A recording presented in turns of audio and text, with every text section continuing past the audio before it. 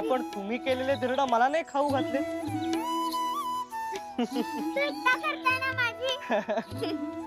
आता धिरड शिकलात, पण पुढे चटणी गुळवणी शिकायची आहे.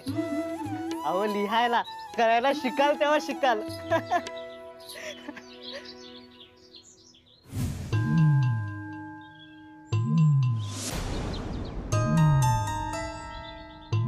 या समोरून येणाऱ्या विदुषींना मी कुठेतरी पाहिलंय.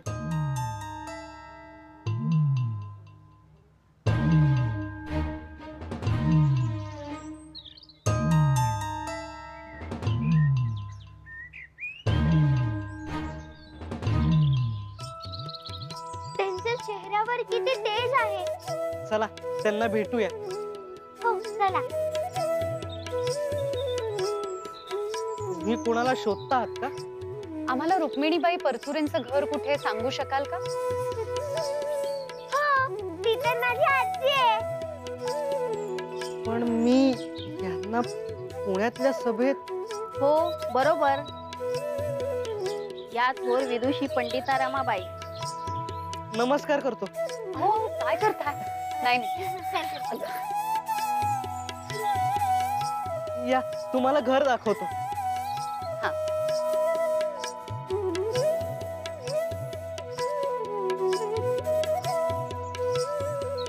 पंडिता रमाबाई कोण आहेत या?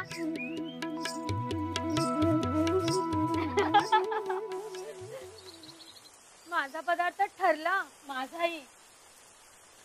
आणि आज रुक्मिणीबाई देवळात शाळा भरवणार आहे, त्यामुळे पदार्थ कसा लिहून दाखवायचा हा प्रश्नही सुटेल.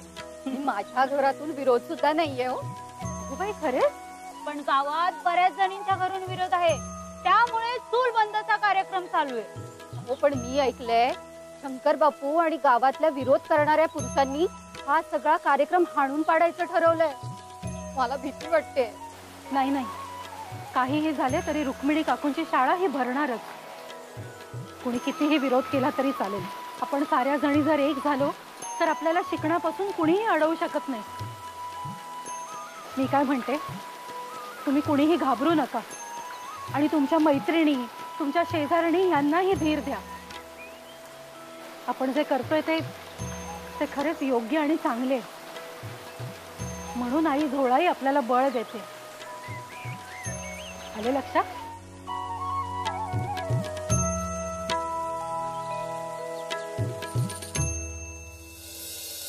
नमस्कार करते. अहो बसा ना, बसा. धन्यवाद. बसा ना.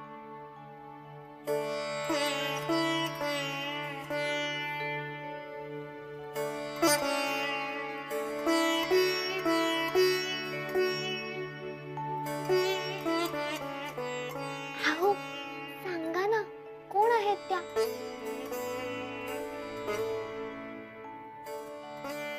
तुम्ही ओळखतच असाल ना त्यांना? होय. अहो मी पुण्यातल्या एका सभेत त्यांचे व्याख्यान ऐकले होते.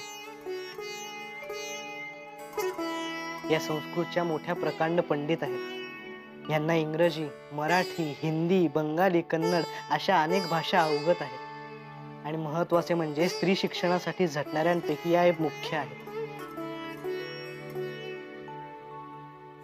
विधवा परित्यक्ता म्हणजे नवऱ्याला टाकलेल्या स्त्रियांचे आयुष्य फार कठीण असते. त्यांच्यासाठी यांनी शारदा सदन नावाचे वसतिगृह बांधले आहे. म्हणजे त्या बायकांना राहण्यासाठी सामायिक घर.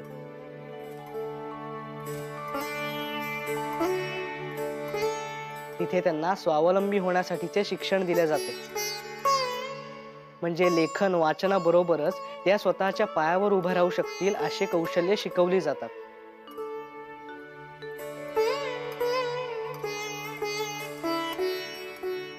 अगो बाई, हे मोठेच काम आहे.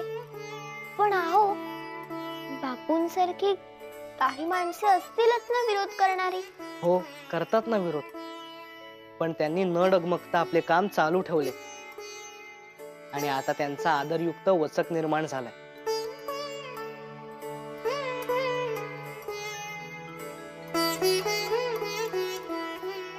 एवढी मोठी बाई आजीला भेटायला आली. मोठ्या माणसांचे हेच तर लक्षण असते. त्यांना मोठेपणाचा गर्व नसतो.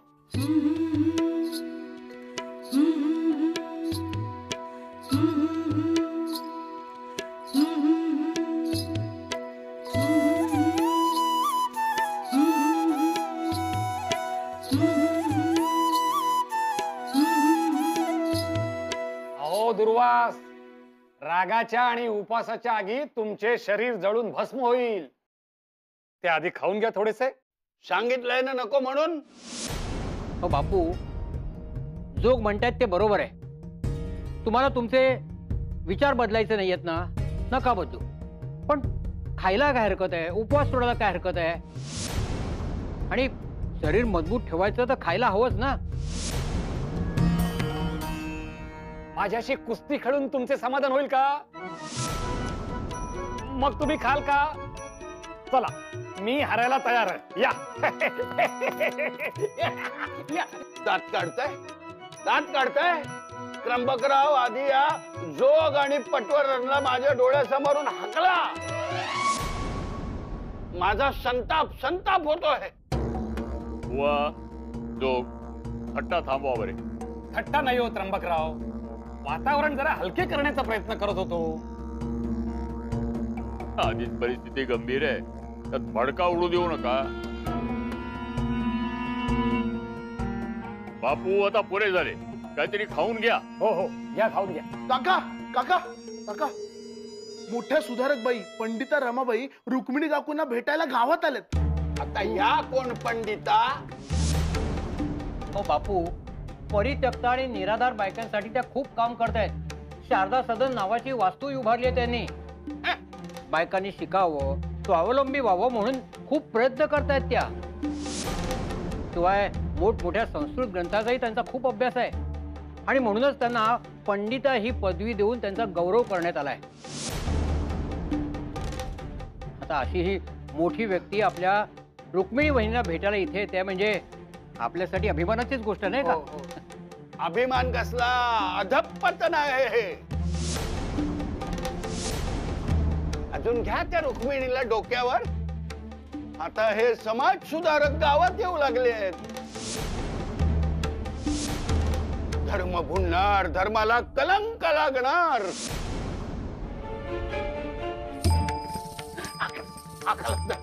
हकला हकला त्यांना हकला. पाणी घे, पाणी घे, उन्हाचा पाणी घे. बापू बापू बापू बापू बापू डोळे उघडा. बापू बापू डोळे उघडा. काय होतंय? आपण शोधत मला इथं भेटायला आलात हे माझे मोठे भाग्यच म्हणायचे. आपण माझ्यापेक्षा लहान असलात तरी आपली विद्वत्ता, आपला आवाका, आपला अनुभव या सगळ्या बाबतीत आपला अधिकार मोठा आहे. त्यामुळे आपले आशीर्वाद मला मिळतायत याबद्दल मोठा आनंद होतोय मला. अहो, आनंद तर मला होतोय रुक्मिणीबाई. शहराचे ठिकाणी काम करणे आणि एखाद्या गावात नवा विचार उभा करणं यात खूप मोठा फरक आहे. खरंच तुमच्या धाडसाचे जेवढे करावे तेवढे कौतुक कमीच आहे.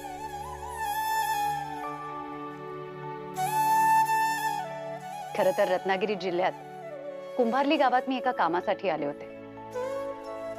तिथे आले आणि तुमच्याबद्दल समजले, तुमच्या या स्पर्धेबद्दल समजले. हो, तिथे कसे समजले तुम्हाला? पहा, असेच तर असते. म्हणजे बघा ना, वाईट गोष्टी चटकन पसरतात असे आपण म्हणतो, पण चांगल्या गोष्टीही तितक्याच झपाट्याने पसरतात.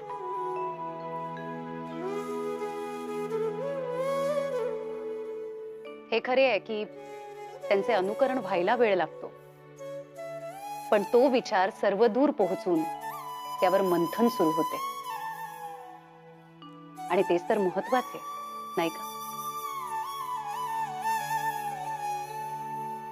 आणि रुक्मिणीबाई, तुमच्या या स्पर्धेची कल्पना खरंच खूप अभिनव आहे. म्हणजे हसत खेळत शिक्षणाचा हा वस्तुपाठच आहे. अहो, खरे तर हे सगळ्या गावागावात व्हायला हवे. पण हे ठरवून केलेले नव्हते, ओघाओघाने झाले. पाककलेची स्पर्धा ठरत होती, त्यामध्ये मी फक्त पदार्थाचे नाव लिहून दाखवायचा मुद्दा जोडला.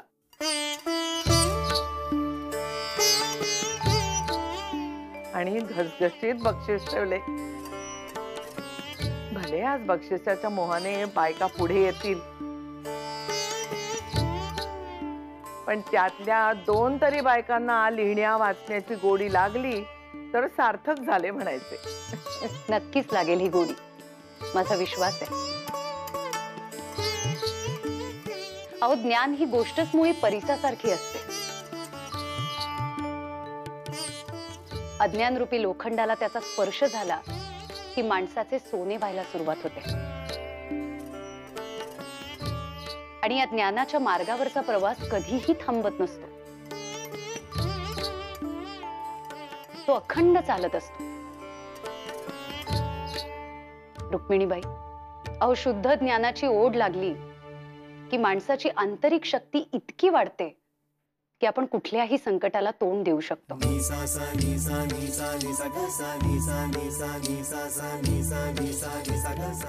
आपल्या भेटीने आज मी धन्य झाले. अहो, काय करताय? खरंच माझे बळ कित्येक पटीने वाढले. शिवाय एक शुभयोगही जुळून आला. तो कोणता? आजपासून मी देवळात बायकांची शाळा भरवण्याचे ठरवले आहे.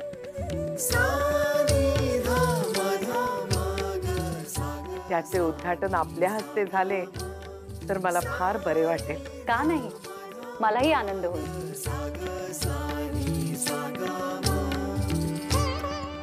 ठीक आहे, मग फराळ करून आपण देवळात जाऊ.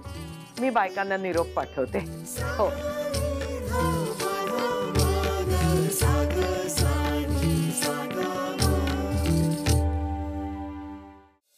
अहो, तुमच्या पोटात अन्नाचा कण नाही, थोडे खाऊन घ्या बघू. बापू असं काय करताय? हे घ्या, पाणी घ्या, थोडे पाणी घ्या. नाही नाही, मी इकडेच मरणार, तुम्ही बघाच. का अभद्र बोलताय? अभद्र नाही, तुमची सगळ्यांची तीच इच्छा आहे ना. छे छे छे, उलट तुम्ही जो उद्योग चालवलाय त्यासाठी तुम्हाला लाडू पेढे भरवून, हारतुरे देऊन पालखीतून मिरवत घरी न्यायची इच्छा आहे. बापू बापू बापू बापू शांत व्हा, बापू शांत व्हा, शांत व्हा. बोलू नका माझ्याशी. मी इथे उपोषणाला बसलोय, पण त्या बायकोला आहे का काही? इथे आली नाही मला न्यायला किंवा खाणे द्यायला. म्हणजे मी मरावे हीच माझ्या बायकोची इच्छा आहे. ती लागली आहे त्या रुक्मिणीच्या नादी. आणि तुम्ही हे पाप गावात वाढवले तर तुमच्या बायका अशाच होतील. माझे शब्द लक्षात ठेवा. या बायकांना टाचे खाली ठेवा, नाही तर. खूप झाले बुवा, नाही आता ऐकू त्या मूर्खाची बडबड. ते खाणे राहू दे इथेच. याला खायचे तर खाईल, नाही तर देईल फेकून. चला निघूया आपण. नाहीतर काय, चला चला. हे जोगाड्या, हे तुझं खाणं तूच खा, नाही तर काही वासरांना आंबोट म्हणून घाल. सासूबाई, अहो सासूबाई, चला लवकर, उशीर होईल. अगं हो हो, अगं आज शाळेचा पहिला दिवस आहे, जरा आवरून सवरून नको का जायला? वा वा वा वा वा, छान हो छान. घर संसार वाऱ्यावर सोडून सासू सुना निघालेत शाळेत. आपले वय काय, आपण करतोय काय, काही पचपूच नाही. शिकायला वय नसतं हो. माणूस आयुष्यभर शिकतच राहतो, म्हणजे त्यांनी शिकतच राहावे असं शास्त्रच आहे. श्री दत्तात्रयांनी 21 गुरु केले होते. किती? 21. तू निदान एक तरी कर. तुमच्या पुराणातल्या वांग्याने पोट नाही हो भरणारे. घरात इथे पुरुष उपाशी आहे आणि या चालल्यात उन्हाळायला. का उपाशी का? तू देतेस ना खायला त्यांना. बोला बोला, मुद्दाम बोला. ठाऊक आहे ना माझ्या हातचे आवडत नाही ते. अगो गोदे, म्हणूनच सांगते, चल आमच्या बरोबर. अगो जिंकलीस तर बक्षीस मिळेल. हो बक्षीस. मला कुठले बक्षीस मिळते? ते तर तुम्हाला मिळणार. तुम्ही चांगले चांगले पदार्थ करा आणि मला कारल्याची खीर करायला लावून फसवा. गोदे चुकलेच हो आमचे. अहो पण मी काय म्हणते, तू मुगाच्या तिखट पुऱ्या कर आणि त्या खमंग कशा करायच्या ह्याची युक्ती सांगते हो मी तुला, पण ती नंतर सांगते. आधी आमच्या बरोबर शाळेत चल आणि लिहायचे कसे हे शिकून घे. बरोबर आहे, बरोबर. मला नको आहेत कोणाचा उपकार. गोदे गोदे अगो जाऊ दे तिला. ही सुधारणार नाही. आपल्याला उशीर होतोय ना, आपण पहिल्यांदा शाळेत जाऊ. बर, आपण सर्व काही घेतलेले आहे. होय, पाटी आहे, पिशवी आहे, खडू आहे. आपण की नाही आता फक्त एक गोष्ट राहिलेली आहे. काय? 2 वेण्या घालू आणि परकर पोलके नेसू. तेवढे फक्त राहिलेले, तेवढे आपण करू. म्हणजे वाटेमध्ये खळग्यात पाणी साचले असेल त्यात आपण उड्या मारू, पारंब्यावर लोंबू, कविता म्हणू आणि शिकवलेले मातीत असे कोरून लिहू. काय वाटते तुला? चालेल, सारे करूया.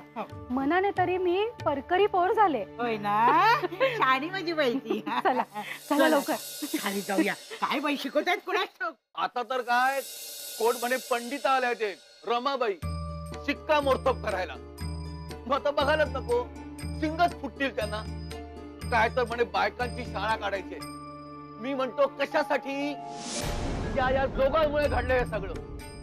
त्या रुक्मिणी काकूंनी पदार्थाचं नाव लिहायचं खूळ काय काढलं, त्यांनी लगेच तळी उचलली आणि यांचा उत्साह म्हणजे काय, वाऱ्यावर बसणारी गावभर हिंडला आणि लागला वणवा शिक्षणाचा. मग वाईट काय झाले? उरसटलेल्या विचारांचे तण जळते आहे. रुक्मिणी वहिनी म्हणाल्या ते मला पटले म्हणून पाठिंबा दिला मी. आणि त्र्यंबक नाही बिघडवलेत. कुणी कोणाला बिघडवित नाही. प्रत्येक जण आपल्या मनाला पटेल तसे वागतो.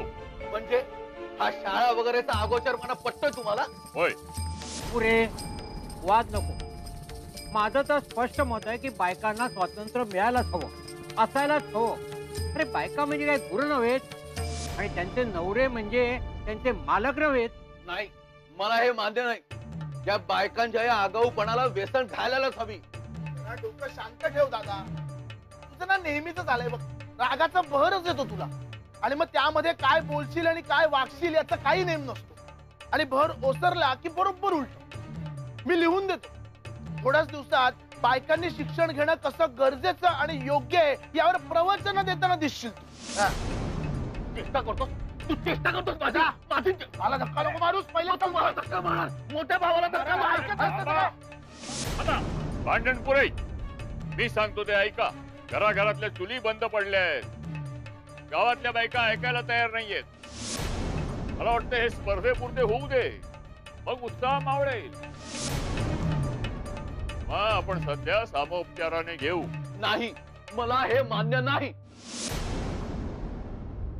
त्र्यंबकराव, हा तुमचा नारायण म्हणजे म्हातारपणी शंकर परचुरे होणार.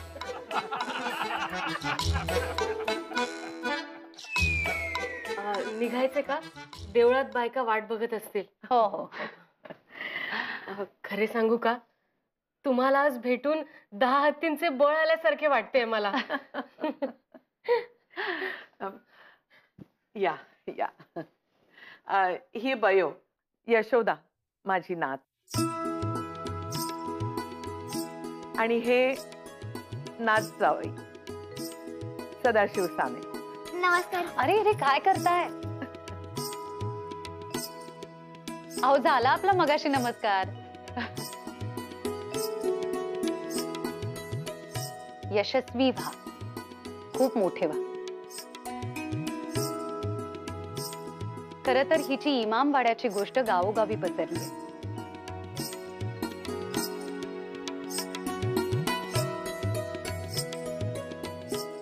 खरंच बाळा, तू तुझ्या सगुणा गाईसाठी खूप धाडस केले. म्हणजे गाय तर मिळालीच, पण गावातला पाण्याचा तंटा मिटला. आणि 2 जमातीतल्या द्वेषाची जागा प्रेमानं घेतली.